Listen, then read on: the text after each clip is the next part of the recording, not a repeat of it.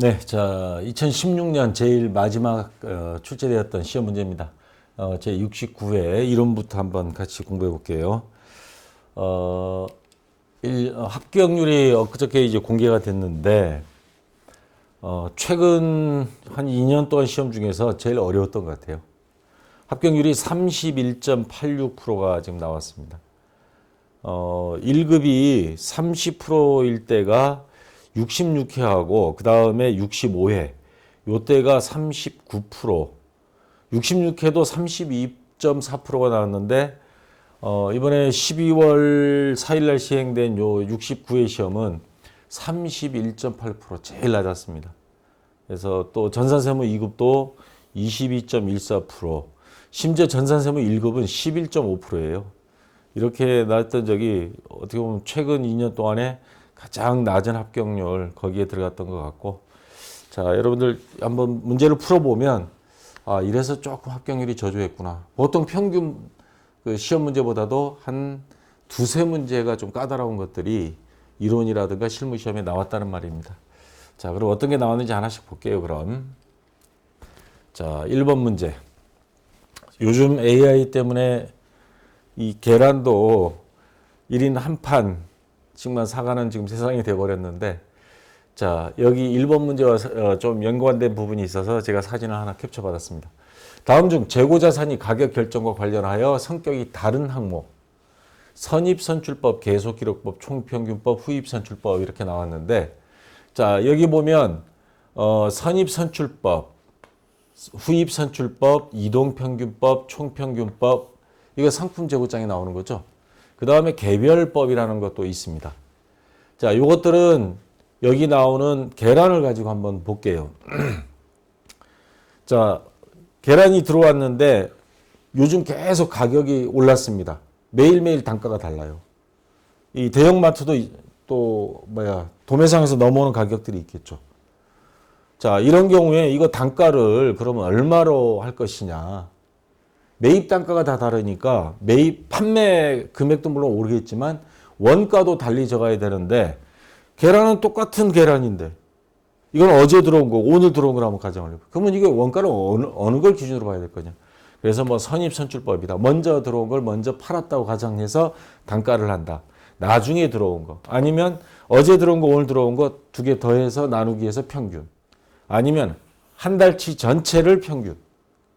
그래서 요 선입, 후입, 이동, 총평균, 그 다음에 개별법은 각각 제품 하나하나에 대해서 별도로 관리하는 방법. 자, 요렇게 단가를 결정하는 거는 가격을 결정한다 이 말이죠. 그래서 요 방법들은 가격을 결정하는 방법으로서 우리 회계에서 사용하는 방법이고, 계속기록법, 실질재고조사법, 이건 뭐냐? 어제 몇 개 들어왔고 오늘은 몇 개 들어와서 몇 개 나가서 몇 개 남았다. 가격은 생각 안 하고 수량만 계산하는 겁니다. 그래서 계속 매일매일 장부를 기록하는 방식이 계속기록법이고, 실질재고조사는 매일매일 재고 파악하는 겁니다. 어제 몇 개 들어왔고 오늘 몇 개 남았고 몇 개는 없네? 누가 훔쳐갔나? 뭐 이런 거 따지기 시작하면서 실제로 재고조사를 하는 방법. 그래서 요 계속기록법과 실질재고조사법은 우리가 사회에서 쓰는 말로 재고파악이라 그럽니다. 요 밑에 요 방법들은 재고파악 개념이 아니고 단가, 가격을 정하는 방법이고, 위에 두 가지 방법은 재고파악, 수량파악 개념입니다.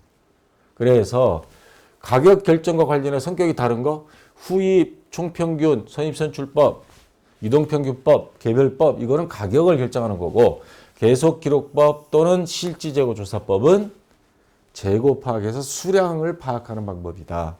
그래서 수량 파악에 대한 것이 2번이어서 정답이 되는 겁니다.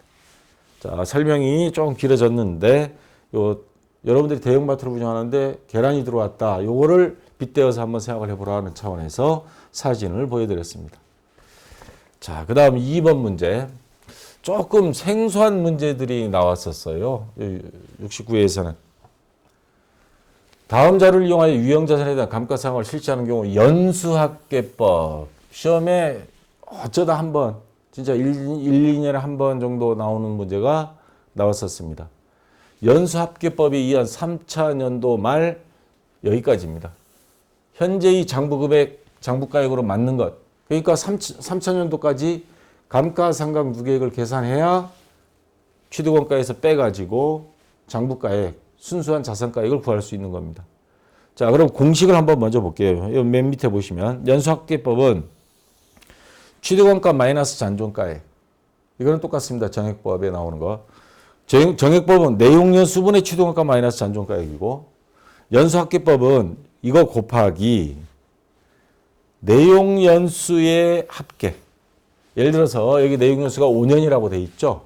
그러면 5, 그 다음 1년 지나면 4, 3, 2, 1.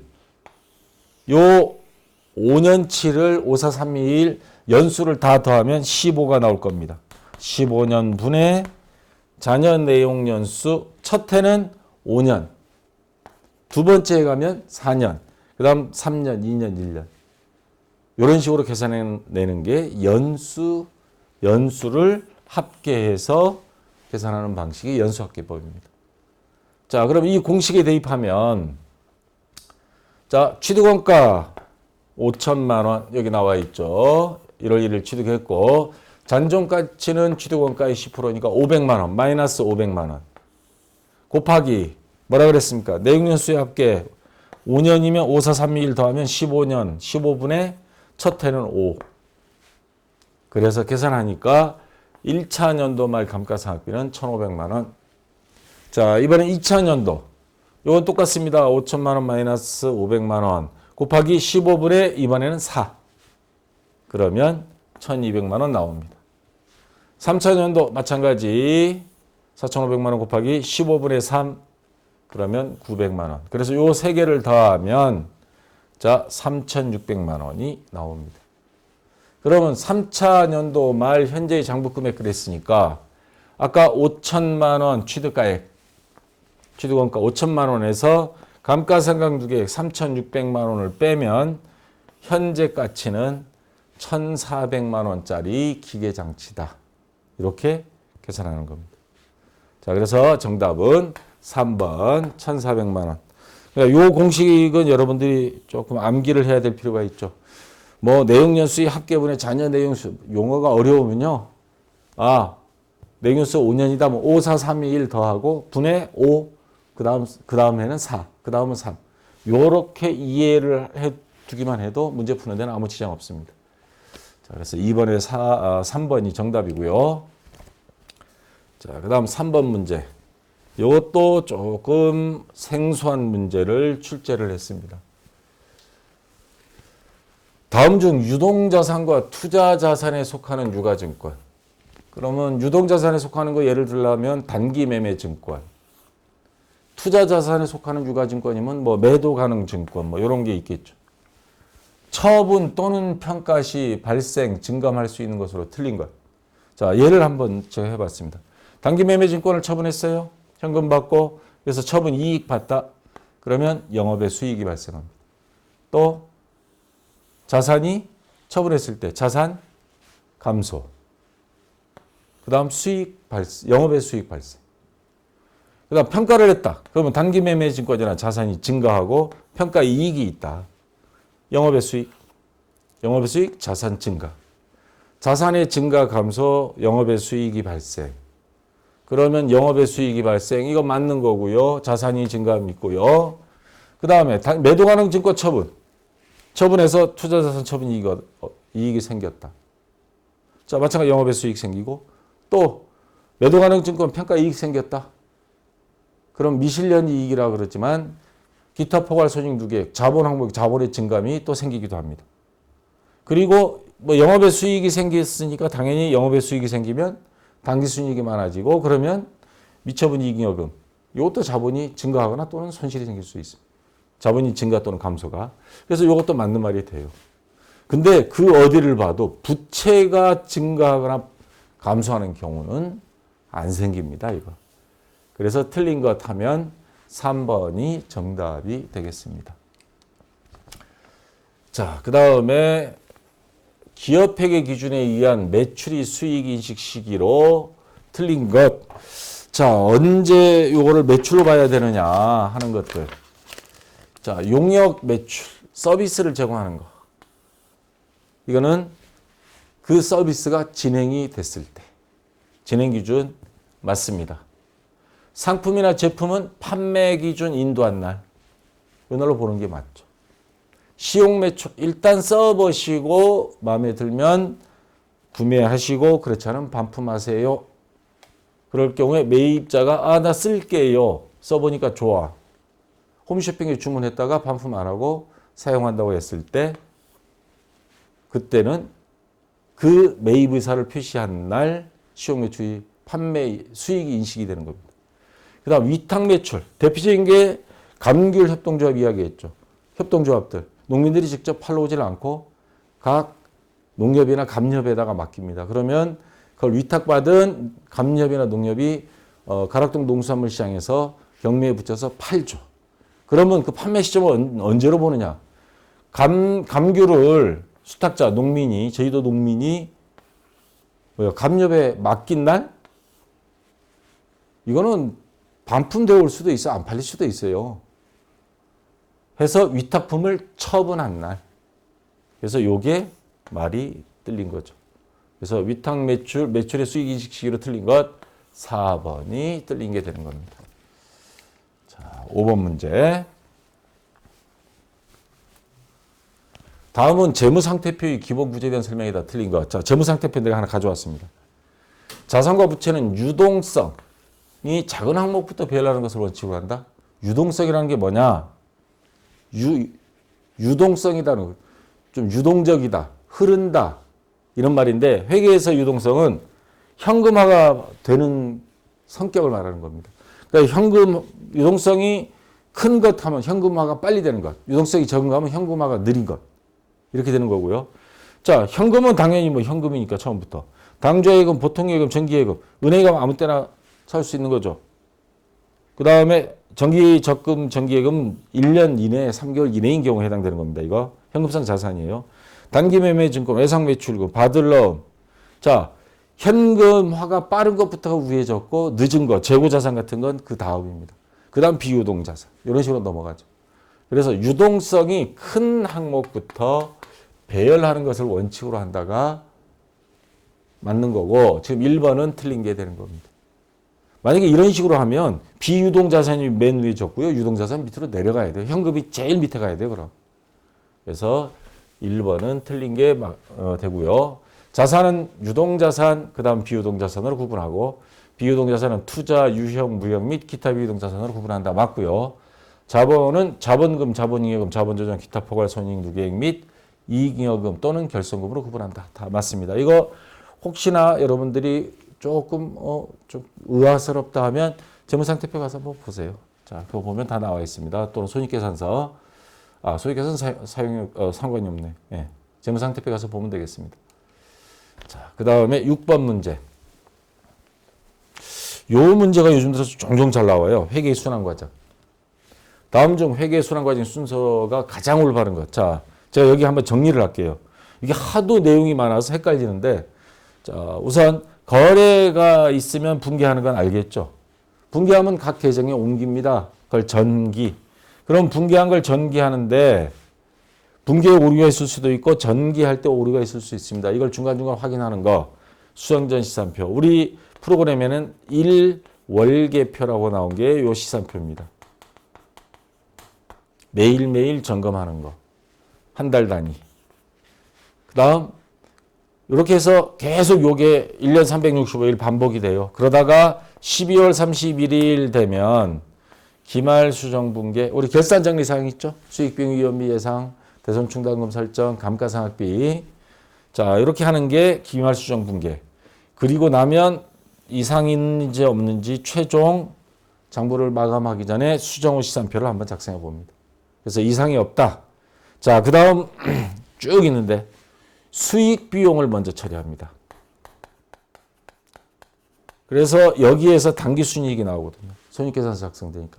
이 당기순이익을 재무상태표, 자산부채 자본인 재무상태표 그 중에서도 자본 쪽으로 여기서 나온 당기순이익은 자본 쪽으로 가서 그래야 이게 마감이 돼서 재무상태표가 됩니다.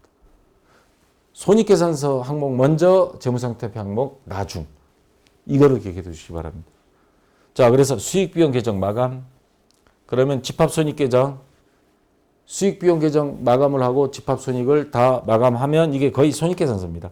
그 다음에 자산부채 자본 계정 마감하고 거기서 차기 2월, 전기 2월 넘어가는 2월 시산표, 차기 2월만 전부 다 모으면 2월 시산표. 이게 바로 재무상태표가 됩니다. 그래서 재무제표 나머지 거 다 작성 들어가면 됩니다. 그래서 여기에서 보면 전기 분계 이게 순서가 바뀌었죠. 그 다음에 수정전 시산표 작성하고 수익비용 계정 마감하고 수정 후 시산표하고 기말 수정 분계하고 집합손익. 자, 이게 기말 수정 분계가 요 앞에 와 있죠. 수정전 시산표 작성. 자, 나머지 보면 여기 보면 기말 수정 분계. 수정 분계한 다음에 시산표 작성하고 그 다음 수익비용 먼저 마감해서 손익계정 마감하고 자산부채 자본 계정 마감하고 재무제표. 요게 4번이 정확하게 정리가 된 겁니다. 중간에 뭐 건너뛴 것도 뭐 한두 개 있겠지만 어쨌거나 순서를 말하는 거니까 4번이 정답이 되겠습니다.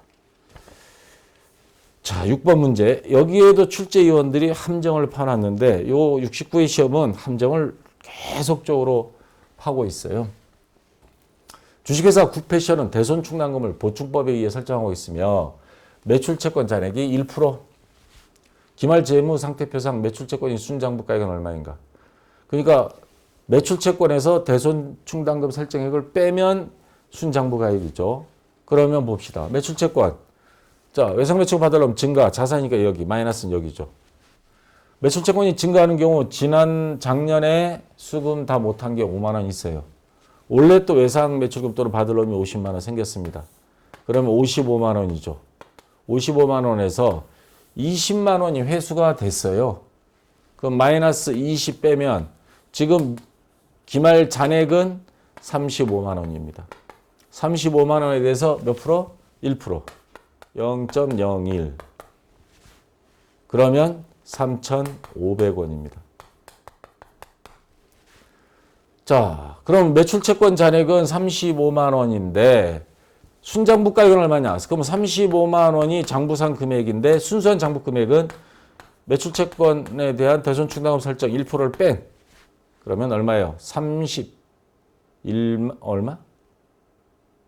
3,500원이니까 34만 6,500원 맞나요? 예. 네. 34만 6,500원. 3,500원이죠. 난 35,000원으로 갔어요. 그러면 34만 6,500원. 예, 1번이 정답이 됩니다. 그럼 여기서 여러분들이 궁금해할 건 얘는 왜 있는 거예요? 헷갈리게 만들고 시간 끌게 만들고 얘 없어도 문제풀이 다 돼요. 대손충당금 이거 부채성 충당금이라 그래서 부채의 성격이니까 이쪽이 증가하고 이쪽이 감소죠. 기초가 대손충당금 10,000원 있었어요. 근데 대손충당금이 8,000원 줄었다는 거는 못 받게 돼서 8,000원을 없애버린 거예요. 그러면 남아있는 거 10,000원에서 8,000원 빼면 2,000원 남아있어. 근데 이번에 대손충당금은 3,500원 설정할 거니까 2,000원 뺀 나머지 1,500원만 추가로 보충법으로 설정해 주면 되는 거예요. 그러면 대손상각비는 차변의 대손상각비 1,500원, 대변의 대손충당금 1,500원 이렇게 분개하면 되는 거죠. 기말결산 시 분개를 하라 그러면. 근데 지금 요 순장부가액을 구하는 데는 얘는 없어도 돼요. 근데 만약 문제가 단기 대손상각비는 얼마인가?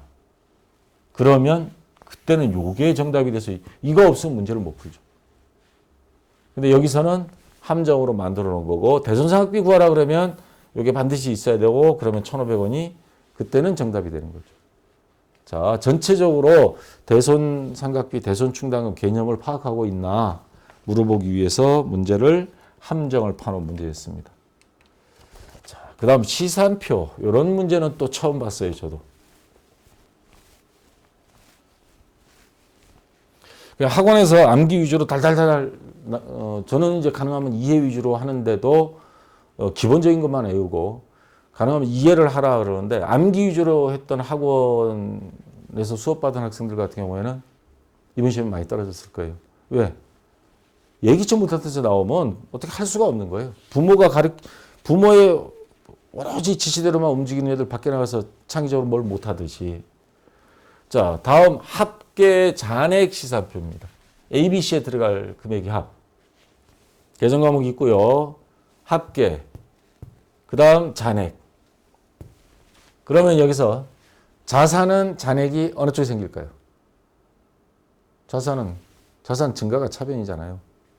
잔액, 예상 매출금, 여기까지 잔액은 차변에 생깁니다. 이건 자산. 부채는 잔액이 어느 쪽에 생겨요? 부채. 여기 잔액 이쪽에 생깁니다. 자본 증가 대변이죠. 그러면 자본금 잔액도 여기 생깁니다. 비용은 당연히 차변. 비용. 수익은 대변. 거래에 팔려서 결합관계 있죠. 그거대로 생겨요. 자, 이 상태에서 얘가 얼마냐 이 말이에요. 자, 차변에 잔액이 있다는 건 서로가 차변 대변 약분을 했을 때 어느 많은 쪽에 남는 겁니다. 그럼 얘가 얼마길래 얘가 24만 원이에요 대변. 돈 나간 게 24만 원. 그러면 얼마 들어와야 만 원이 남을까요? 그렇죠. 25만 원. 얘 25만 원 남았다는 소리예요. 그 다음에 이거 약분을 해서 이쪽에 2만 원 남아요. 그러면 얘가 2만 원 더 많다는 거죠. 그러면 33만 원이 되는 거고요. 얘는 잔액이 이쪽에 있어요. 그러면 차변보다 대변이 만 원이 더 많다는 거죠. 12만 원이 되는 거고. 자, 이런 식으로 다 계산이 된 겁니다. 그러면 ABC에 들어갈 금액이 합 25, 33, 12 더하면 38, 40, 50, 얼마예요? 58만 원, 68만 원, 70만 원? 네. 4번이 정답이 나오네요. 네, 4번 정답 됐고요. 그 다음 9번 문제. 자, 이제 원가 회계에 들어가겠습니다. 다음 중 원가에 대한 설명으로 가장 틀린 것. 원가란 재화나 용역을 얻기 위해 희생된 경제적 자원. 재료비, 노무비, 경비를 들이는 이유가 물건 만들어서 팔기 위해서 들어간 비용. 이게 원가죠. 맞고. 매몰 원가, 이거는 종종 나왔던 겁니다. 전년도에 그 전에 사장님이 의사결정을 내려서 더 이상 그 경영자가 통제할 수 없는 과거의 의사결정으로 발생한 원가. 그러니까 작년에 안 되겠다. 우리 기계 바꿔. 해서 작년에 기계를 사왔습니다. 그 비용 이미 사온 거 이제는 어떻게 돌이킬 수가 없는 거죠. 그걸 매몰 원가라고 그럽니다. 맞는 말이고요. 추적 가능한 원가를 직접비. 추적 가능한 건 직접 재료비, 직접 노무비, 직접 경비고요. 추적이 불가능해. 얘는 여기도 쓰고 저기도 쓰고 막 썼어요.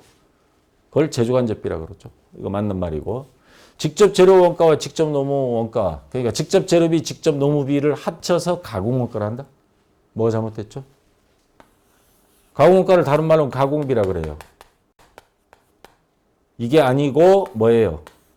기초 원가, 기본 원가. 공장에서 물건 만들 때 가장 많이 들어가는 게 재료비하고 인건비잖아요. 우리 사회에서. 재료비, 인건비 떼고 나면 남는 거 없어. 치킨집. 그걸 기본 원가 또는 기초 원가라 합니다. 그래서 얘는 틀린 말입니다. 요거 두 개를 제외한 나머지를 전부 다 뭐라 그러냐? 가공비, 기본 원가, 기초 원가 플러스 가공비, 나머지 전체를. 자, 이렇게 이야기합니다.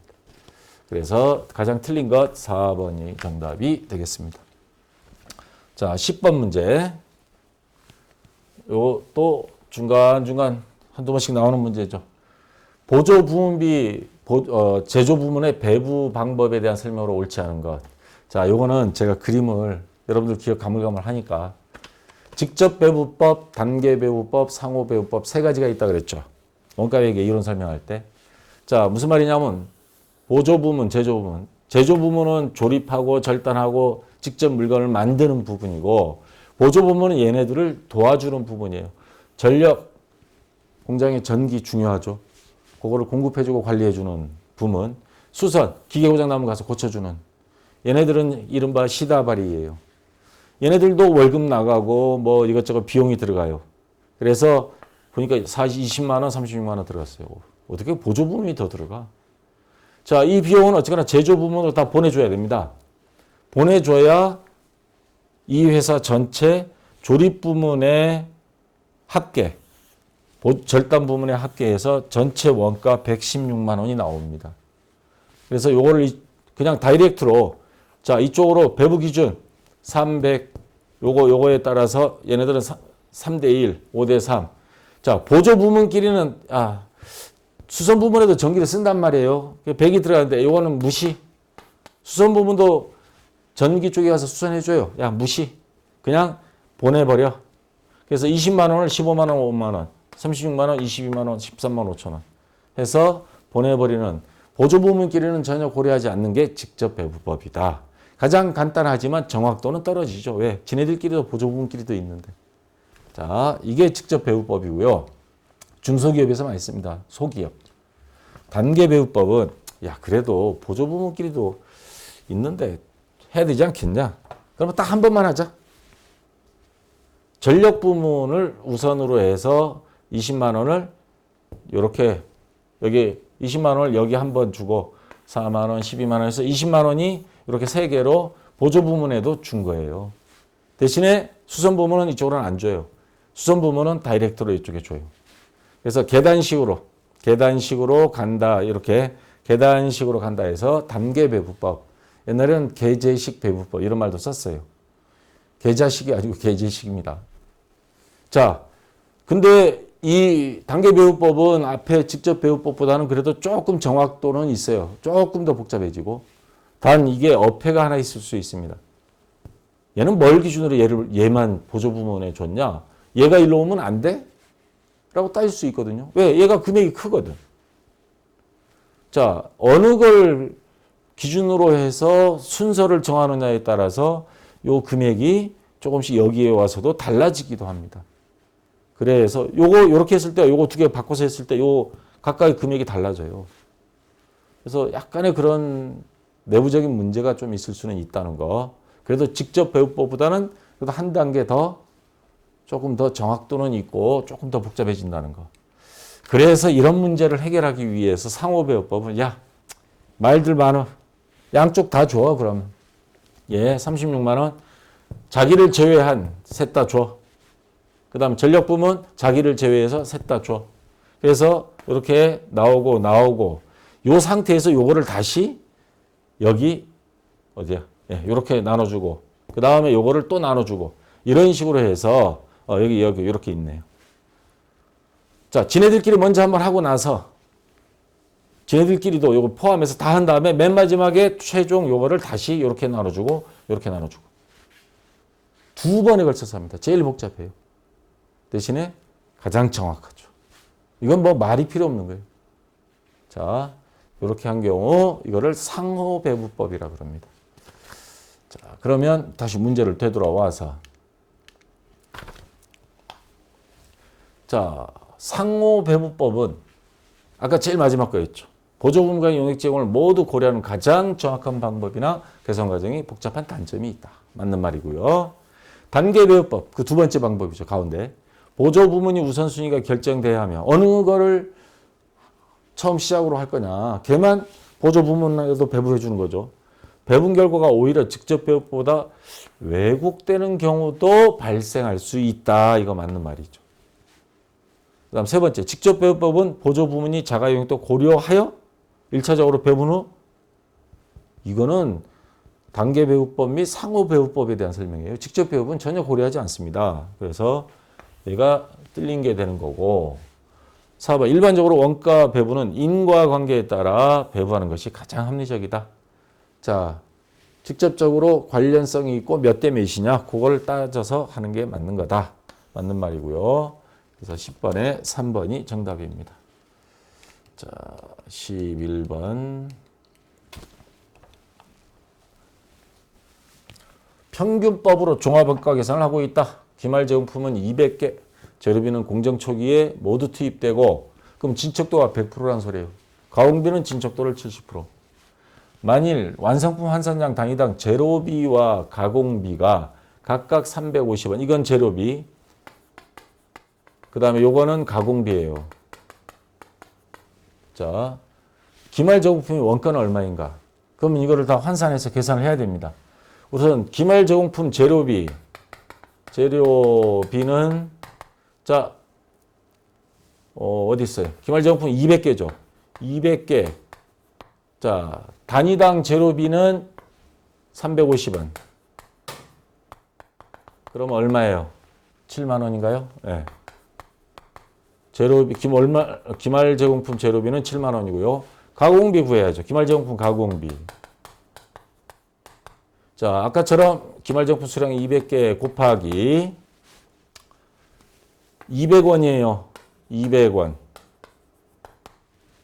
그러면 4만 원이죠. 4만 원에 가공비는 70%만 들어갔다 그랬습니다. 진척도가 0.7.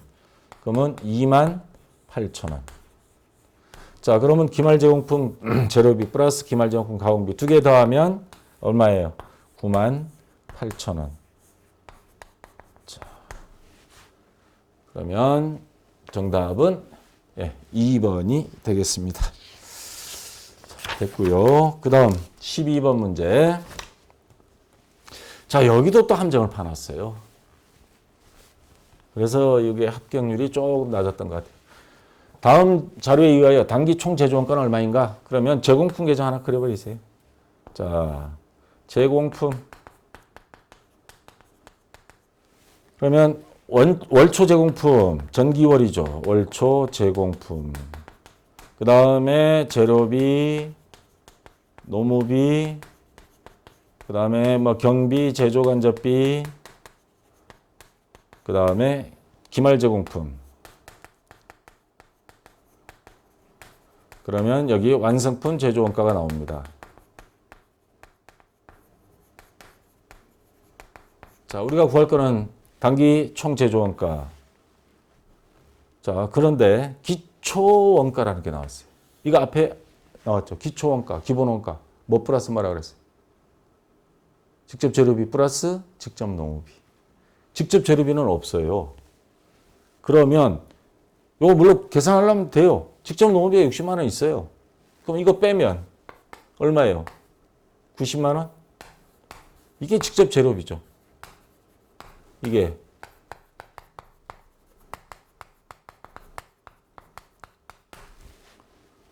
그래서 직접 재료비, 직접 농업비 두 개 합친 게 150만 원. 이거 직접 농업비 무시해도 돼요. 이거 없어도 돼요. 아니면 90만 원, 60만 원 따로따로 적어도 되고요. 그 다음에 자, 간접 농업비. 그 다음에 공장 세금과 공과. 이거는 경비에 해당되는 거죠. 임차료, 경비, 기계감가상각비, 경비, 전력비. 이거 다 더해요. 자, 이거를 전부 다 자, 간접 농업비까지. 그러면 이거 제조간접비로 들어갑니다. 20만 원. 자, 여기 경비. 경비 요거 직접이냐 간접이냐 말이 안 나왔으니까 다 더하면 15, 15 하면 30, 40, 50만 원. 아니면 뭐 제조간접비 다 합쳐서 70만 원 해도 돼요. 어쨌거나 월초 제공품 자료 없습니다. 월말 제공품 자료 없으니까 뭐 0으로 놓고요. 150, 200, 220만 원 나옵니다. 그럼 이쪽으로 오고 다른 거 없으니까 220만 원이 완성품 제조 원가가 되겠죠. 그래서 정답은 2번이 되겠습니다. 자, 이 문제가 왜 함정을 파놨느냐? 직접 재료비 안 주어지고 기초 원가를 갖다 놓고는 또 얘도 갖다 놨어요. 아차 하는 순간에 이걸 직접 재료비로 보는 순간에 다 더해버리면 90만 원이 추가가 돼서 중복이 돼버리죠. 직접 농업비가 중복이 돼버리죠. 이 안에는 직접 농업비가 있기 때문에. 그래서 약간 치사하게 함정을 파놨습니다. 자, 기초 원가에 대해서 여러분들 확실히 알고 있어야 되겠다는 거죠. 앞에 문제도 그렇고 여기도 그렇고. 기초 원가는 직접 재료비와 직접 농업이 더한 금액이다. 그래서 얘는 무시해도 된다. 자, 이런 차원에서 설명했습니다. 자, 이제 부가세 문제입니다.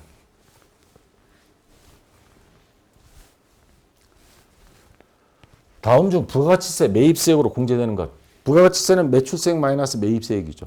그러니까 매입세액은 우리가 뭔가를 매입을 할 때 세금을 내고 부가가치세, 세금계산서를 받았을 때. 자, 근데 4개 중에 그러면 하나 빼곤 다 해당이 안 된다는 소리예요. 기계 부품 제조업자가 원재료를 매입하고 신용카드 매출 전표를 받았어요. 신용카드 하면 세금계산서 발급받은 거나 똑같은 효과를 줍니다. 자, 이거는 공제가 됩니다. 농산물, 배추, 도매업자가 운송용 트럭을 매입하는 경우. 농산물 매입하면 그건 면세기 때문에 부가세를 주고받지 않는 건 아는데 면세업자가 트럭을 산 것도요. 세금 공제 안 됩니다. 이거 안 돼요. 면세업자 자체가 부가세 지네가 납부도 안 하면서 매입세 공제 안 됩니다. 거래처에 접대하기 위해 선물을 매입하는 접대비는 안 되죠. 일반 기업회계에서는 접대비 813번 다 입력합니다. 접대 안 하고는 뭐 김영란법 때문에 요즘 좀 덜하긴 하겠지만 그거는 뭐 공무원에 대한 이야기고 일반 서민들은 뭐 식사 대접할 수 있잖아요. 그 접대비 근데 기업회계 기준 우리가 일반적인 재무상태표에는 다 들어가 수익비용 손익계산서에는 들어가는데 이거를 나중에 세무신고할 때는 얘네들은 공제를 못 받아요. 그걸 법인 회사인 경우에 여러분 전산세무 1급 가면 법인 조정이라는 거 있습니다. 그래서 손금 불산입 얘는 비용으로 처리 안 돼. 그래서 매입세 공제가 안 돼. 이런. 그래서 안 되고요.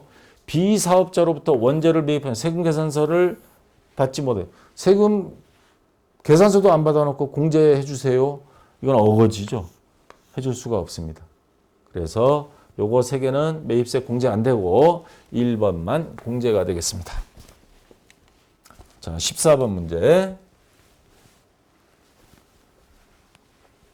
다음 자료에 의하여 부가세 신고상 일반 과세 사업자가 납부해야 할 부가세 금액을 계산해 보시오. 이것도 머리 아픈 거 하나 집어넣었습니다. 자, 요거 좀 이따 하고요. 요거부터 지출 증빙용 현금 영수증의 원재료 매입액. 현금 영수증 지출 증빙용입니다. 공식적인. 그래서 300만 원 부가세 별도. 이거 부가세 공제받을 수 있습니다. 얼마? 30만 원 10%. 매입세 공제됩니다. 신용카드에 의한 제품 운반용 소형 화물차 구입 1,500만 원 부가세 별도. 이것도 공제받을 수 있습니다. 그래서 150만 원이 되죠. 신용카드에 의한 매출거래처 선물 구입 이거 접대비죠. 50만 원 부가세 별도 얘는 안 됩니다. 매입세 공제 안 돼. 매입세 공제받을 수 있는 건 요거 두 개 합친 거 180만 원 공제받을 수 있습니다. 그럼 이제 매출세액을 구해야 돼요. 자, 전자세금계산서 교부 우리가 발행해서 제품 매출한 게 2,805만 원까지는 좋은데 공급 가액이 아니고 공급 대가라 그랬습니다. 공급 대가는 공급 가액 플러스 부가세 합친 금액이라 그랬죠. 부가세 합친 금액이 이 금액이란 소리예요. 그래서 세무사회에서 그 설명 달아놓은 거는 2,800, 자, 1번 방법. 2,800, 그 부가세, 공급 금액과 부가세를 분리해서 이 부가세를 알아야 돼. 그 부가세를 여기다 갖다 놓고 요 180만 원 빼면 납부해야 할 부가세 금액이 나오거든요. 그러면 어떻게 분리를 할 거냐? 2,805만 원 곱하기 부가세 포함된 금액이 110이니까 그의 10%. 이런 식으로 계산해서 나왔습니다. 그래서 여기 계산된 금액이 뭐 255만 원. 그래서 여러분들 계산기로 2,805만 원 곱하기 10 나누기 110 이렇게 계산하는 게 이제 출제위원들이 해설로 실어놨고 제가 평상시 전산회계 2급 때부터 했던 방식 이거에 그러면 원래 공급 금액은 얼마냐 부가세를 뺀 금액 저는 나누기 1.1 그랬었죠. 그러면 요 계산기로 눌러보면 1.1 하면 부가세 뺀 금액 얼마가 나올 겁니다. 이거 계산기 눌러봐야 되겠는데 계산기가 여기 있네.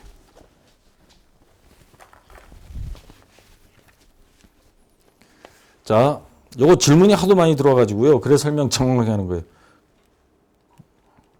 나누기 1.1은 2,550만 원.